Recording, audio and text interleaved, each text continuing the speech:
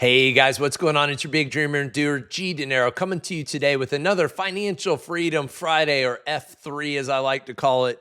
Today we're going to talk about the potential Bitcoin accumulation from 2025 to 2045. What do I mean by that? First, remember, none of this is tax, legal, financial, investment advice. It's your boy, G Dinero, helping you increase your financial literacy to help put you and your family on that path to financial freedom. So with no further ado, let's jump right in. So the inspiration for today's piece comes from Invest Answers. He put out a Patreon post. I went and dug up the article. It was called "The Great Wealth Transfer Could See More Than $200 billion Flow into Bitcoin," and that came from Xapo Bank. You'll see where I linked the article at the bottom there on CoinDesk. It was available at CoinDesk. You can go to that link and see the article for yourself, or just search for the title. That's what I did to find it. In there, they talk about how over the next 10 years, trillions of dollars are going to move from baby boomers into the younger heirs who are more inclined to digital assets. And what they summarized was $10.6 trillion in U.S. assets is expected to shift from baby boomers over to younger heirs by 2030. Trillions more in Europe and Asia, creating a historic opening for Bitcoin adoption, the report said. Also, the bank analysts noted that 160 to 225 billion could flow into Bitcoin over the next 20 years, adding $20 to $28 million in daily buying pressure. Massive numbers. It sounds incredibly impressive on the surface, but I think there's some flaws in the math, in my opinion. I think it's going to be much higher than what they say. Here's my take on it. Let's run the math. $10.6 trillion in assets are shifting hands in the next 5 years. $10.5 trillion in 5 years, right? We're already most of the way through 2025. It says by 2030. Really, that's in just over 4.5 years. That's a massive wealth shift, right? And the analysts say that 160 to 225 billion could flow into Bitcoin over the next 20 years. That's about $8 to $11 billion per year flowing into Bitcoin. But I postulate it's going to be way, way more than that. Why? Well, I'm going to take a look at just the net inflows into the ETFs and into the Bitcoin treasury companies. Now, I know some of you are going to say, well, that doesn't represent the money flowing in and everything else. You got to remember, these flows have happened at a time while that $10.6 trillion is still sitting in the boomers' hands, in their accounts, not over in the younger heirs' accounts, right? Keep that part in mind. So during this time period, over the last year and a half, almost 2 years, net inflows into the spot ETF since January 2024, $52.3 billion. That's over 19 months, averages out to approximately $2.75 billion per month. If we extrapolate that out, assuming it remains constant, which we all know it likely won't, it could be more at certain times, less at certain times. But if we extrapolate that out, that's $33 billion a year in buying pressure just from the ETFs. Okay, the Bitcoin treasury companies like MicroStrategy, MetaPlanet, Smarter Web Company, all those, the newer ones that are out there, Strategy 21, they've all grown from about 225 million Bitcoin that they possessed in their possession at the end of 2023 to approximately 950 million Bitcoin currently.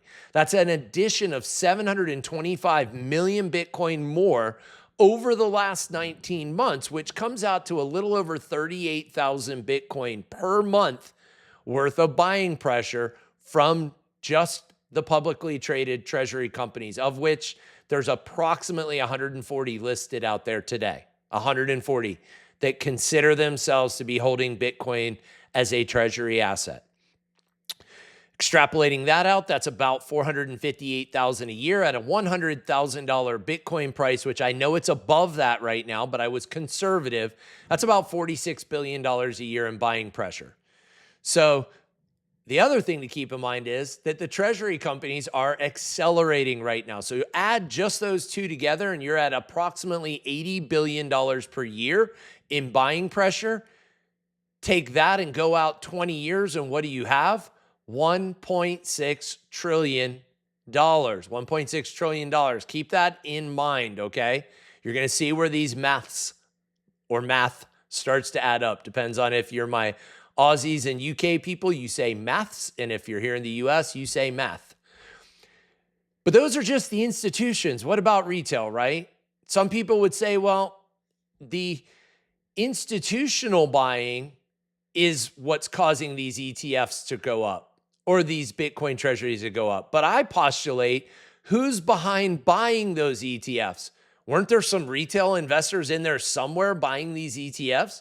Weren't there some retail investors out there buying MicroStrategy and MetaPlanet and all these other treasury companies? They had to be getting their money from somewhere, and they're getting that kind of money during a time when the boomers are the ones in massive possession of their wealth. But here's what I say. The new generation, they don't want their boomer parents' 60-40 stock portfolio.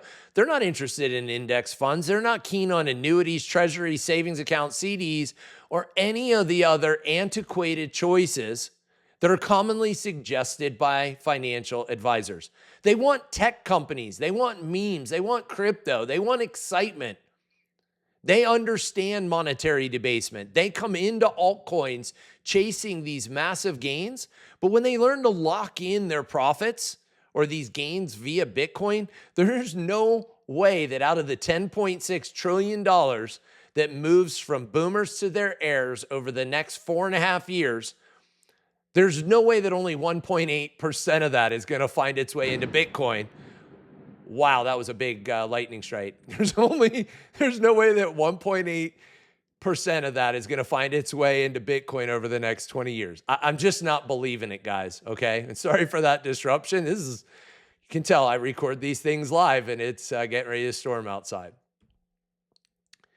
So here's what I think, right? I think that these boomers, once that money transfers over to the younger generation, they're done. They're not going to do what their parents' generation does. They're going to do something very, very different at the end of the day, okay?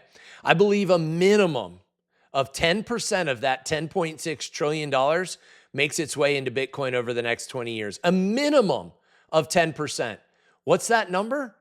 $1.6 trillion. Remember, we've already had that kind of buying pressure, $80 billion per year going into the ETFs and going into things like MicroStrategy and some of these other treasury companies at a time when the boomers are the ones in possession of most of this money. When the younger heirs are in possession of it, there's no way we're going to continue at the same rate. They're going to want to add more Bitcoin exposure to their portfolio because they're just not going to believe in that old fiat system, right? So 10% would be $1.6 trillion. Well, that causes about 5 to 6 times the buying pressure that the article mentions. That's on the low side. Realistically, it'll be more like 8 to 10 times more buying pressure. But what if it were 20%? Well, now we're talking $3.2 trillion of Bitcoin inflow over the next 20 years. That is a far cry from the $200 billion that they said. In fact, that's 16 times more money than what they were saying in that article. I believe that to be a closer figure, right? Even if it's only 10%, that's still a factor of 8 times more. I think it's going to be more like 16 times more. But of course, I could be wrong, right? Maybe the younger generation doesn't want Bitcoin in their portfolio. Maybe they trust this US dollar fiat Ponzi scheme, which is what it is, guys. They print more of it, which devalues your currency at the end of the day.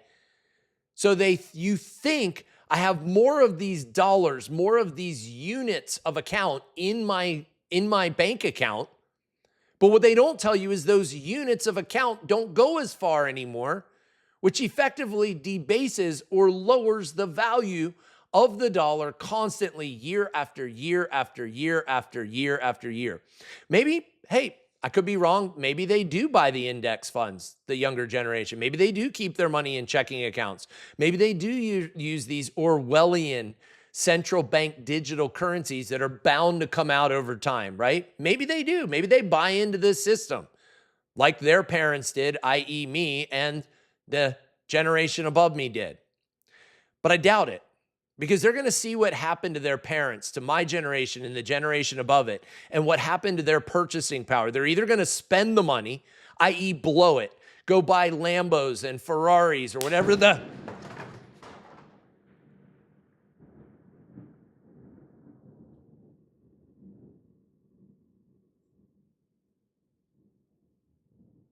Oh. Whoa.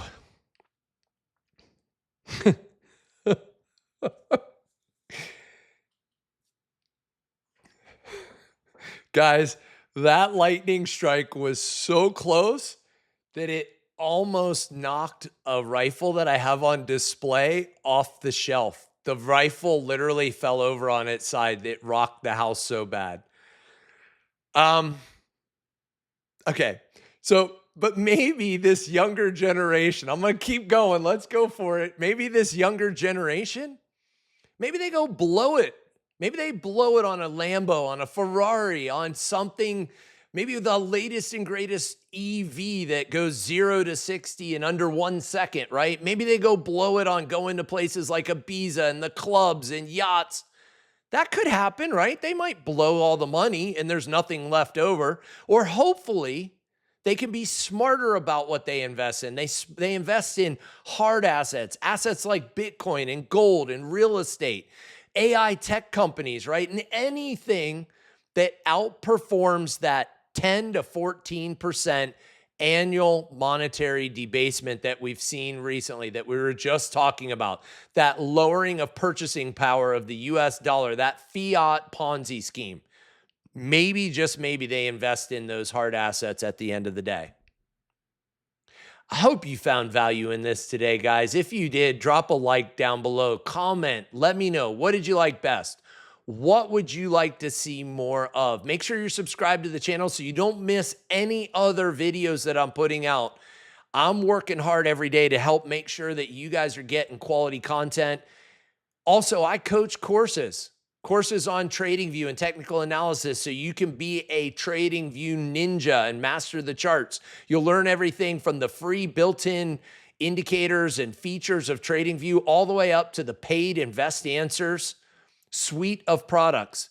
You'll learn technical analysis. Maybe you want to learn about options. So book my Understanding Options course where I teach you soup to nuts, everything you need to know from the terminology to the Greeks to buying and selling puts like a pro so that you can learn how to do this on your own and stop being reliant on others. I don't give specific financial advice. I merely teach you how to go do it on your own. I give you the fishing pole, the tools, and I go teach you how to fish. You got to go do the fishing at the end of the day. And finally, remember, I'm G Dinero. I'm here to help you increase your financial literacy to help put you and your family on that path to financial freedom. Guys, thanks for tuning in, and we'll see you next time. Have a great weekend.